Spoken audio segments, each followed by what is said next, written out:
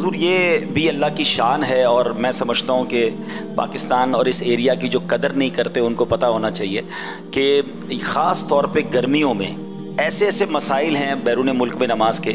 You کے میں کچھ علاقے ایسے ہیں جہاں 41 کے قریب راتیں وہ آتی ہیں کہ جس میں عشاء کا وقت ہی داخل نہیں ہوتا۔ اچھا، اس میں جب یہ راتیں آنے والی ہوتی ہیں تو اس وقت بڑا عجیب معمول یہ ہوتا ہے۔ ایک بار ہم برمنگم میں تھے حضور، رات مجھے یاد پڑتا ہے کہ شاید 1:15 بجے یا 1:30 بجے عشاء کا وقت شروع ہو رہا تھا اور 20 منٹ میں ختم ہو رہا تھا۔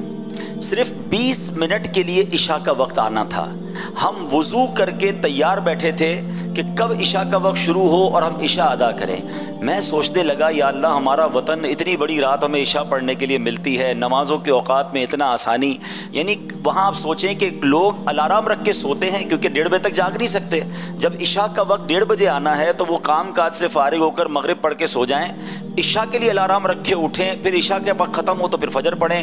مطلب ٹائم ٹیبل جو ہمارے ساتھ زندگی گزر رہی ہے نا کہ اندھیرے کے ساتھ سونا ہے، اجالے کے ساتھ کام پہ جانا ہے، وہاں کئی بار اندھیرے میں کام پہ جانا پڑتا ہے اور اجالے میں سونا پڑتا ہے کہ جب رات 11 بجے مغرب ہو رہی ہے تو جس کا معمول جلدی سونے کا ہے، ہاں جو نمازی ہے اس کو تو جاگنا پڑے گا، ورنہ لوگ تو اجالے کے اندر پردے لگا کر سو جاتے ہیں اور ان کی باہر دن چل رہا ہوتا ہے، لیکن وہ ایکچولی دن نہیں ہوتا۔ ایک بار میں ناروے میں تھا، رات 1 بجے اتنی روشنی تھی جیسے ہمارے یہاں مغرب کی روشنی ہوتی ہے۔ تو یہ پاکستان کے جہاں بہت سارے لوگ عجیب عجیب باتیں کرتے ہیں، مگر اس خطے میں جو نماز پڑھنے کے لیے ہمارے لیے آسانیاں ہیں، اللہ کریم نے جو یہ معتدل دن اور معتدل راتیں دی ہیں، اس پر باقاعدہ ایک پورا ٹاپک ہے جس پہ بات کی جا سکتی ہے۔ 22 گھنٹے 21 گھنٹے کے روزے ہوتے ہیں۔ جی وہ روزے کی میں بات کرنے لگا تھا کہ گرمیوں میں جب ابھی اگلے 4-5 سال اور چلے گا یہ معاملہ کہ جب گرمیوں میں رمضان آتا ہے تو 21 گھنٹے کا روزہ، مغرب کی نماز ادا کرتے ہیں تقریباً رات 11 بجے اور تقریباً رات 2 یا 2:30 بجے فجر کا وقت شروع ہو جاتا ہے۔ اب مغرب بعض مسجدوں میں اہتمام ہوتا ہے کہ آپ کو افطار بھی کروایا جائے گا، آپ افطار سے فارغ ہوں گے تو عشاء کھڑی ہو جائے گی، تراویح پڑھیں گے تو سحری کریں گے، آپ سحری ختم ہوگی تو فجر ہو جائے گی، یعنی وہ جو 3 گھنٹے کھانے پینے کے ملیں گے اس میں 3 نمازیں بھی پڑھنی ہیں، مغرب بھی پڑھنی ہے، عشاء بھی پڑھنی ہے، تراویح بھی پڑھنی ہے اور اس کے بعد فجر پڑھ کے گھر جانا ہے۔ تو کئی لوگ افطار سے لے کے فجر تک مسجد میں ہی وقت گزارتے ہیں کہ جن کو ماشاءاللہ نماز پڑھنی ہے، تراویح بھی چاہیے۔ اب آپ بتائیں، اب وہاں ہم نے جب دیکھا کہ بڑی تعداد میں لوگ روزے رکھتے ہیں تو پھر ہمارے وطن میں ان کے لیے بھی سبق ہے جو 15-16 گھنٹے کے روزے میں ڈنڈی مار رہے ہوتے ہیں۔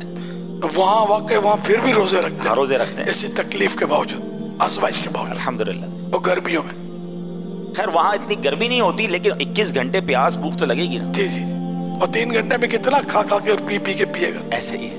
اللہ اکبر، اللہ اکبر، اللہ اکبر۔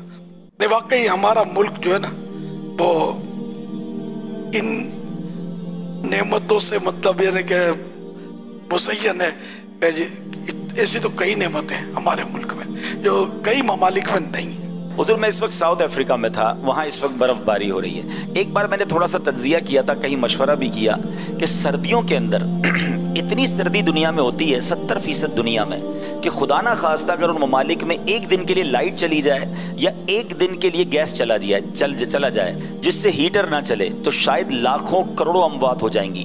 ہم دنیا کے اس خطے میں ہیں کہ جہاں اگر کئی دن تک لائٹ نہ ہو، چاہے گرمیاں ہوں یا چاہے سردیاں ہوں، اللہ نے یہاں ایسا موسم رکھا ہے کہ ہم اس میں سروائیو کر سکتے ہیں، ٹھیک ہے نا۔ لیکن وہاں تو ان کی حیات ہی، ان کی زندگی ہی ہیٹر سے لگی ہوئی ہے۔ -40 ڈگری ٹیمپریچر باہر ہے، -20 ڈگری ٹیمپریچر باہر ہے اور ہم رات کو ہیٹر کے سہارے گزار رہے ہوتے ہیں۔ وہ ایک دن کے لیے اگر ہیٹر بند ہو جائے، بلکہ میں کہتا ہوں چند گھنٹوں کے لیے بند ہو جائے تو نہ جانے کتنی اموات ہو جائیں گی۔ تو یہ بھی ہمارے وطن اور اس خطے کو اللہ پاک نے نوازا ہے کہ جہاں موسم بھی اس شدت کا نہیں ہے جو دنیا کے، میں کہتا ہوں 60-70% دنیا ایسی ہے جو شدید ٹھنڈ میں ہوتی ہے جب سردیاں ہوتی ہیں۔ اچھا حضور ایک اور میں آپ کو عجیب بات بتاؤں، شاید ہمارے ناظرین کے لیے دلچسپی کا باعث بھی ہو اور وطن کی اور احساس ہو۔ ہمارے یہاں ہماری جو پریئر ٹائم اپلیکیشن ہے، ہم دیکھتے ہیں کہ آج مثال کے طور پہ 7:25 پہ افطار ہوا ہے تو کل ہمیں پتہ ہے 1-8 منٹ کا فرق آئے گا، 7:24 ہو جائے گا یا 7:26 ہو جائے گا۔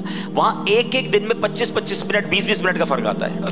یعنی آپ اندازے سے کچھ کر ہی نہیں سکتے جب تک آپ کے پاس پریئر ٹائم اپلیکیشن نہ ہو، کہ آپ کو اندازہ ہی نہیں ہے کہ آج 20 منٹ کم ہو گئے یا 20 منٹ بڑھ گئے ہیں۔ اس قدر جمپ آتا ہے ٹائم کے اندر نمازوں کے اور افطار کے اور دیگر اوقات۔ ماشاءاللہ بڑی معلومات آپ نے اکٹھی کر رکھی ہے۔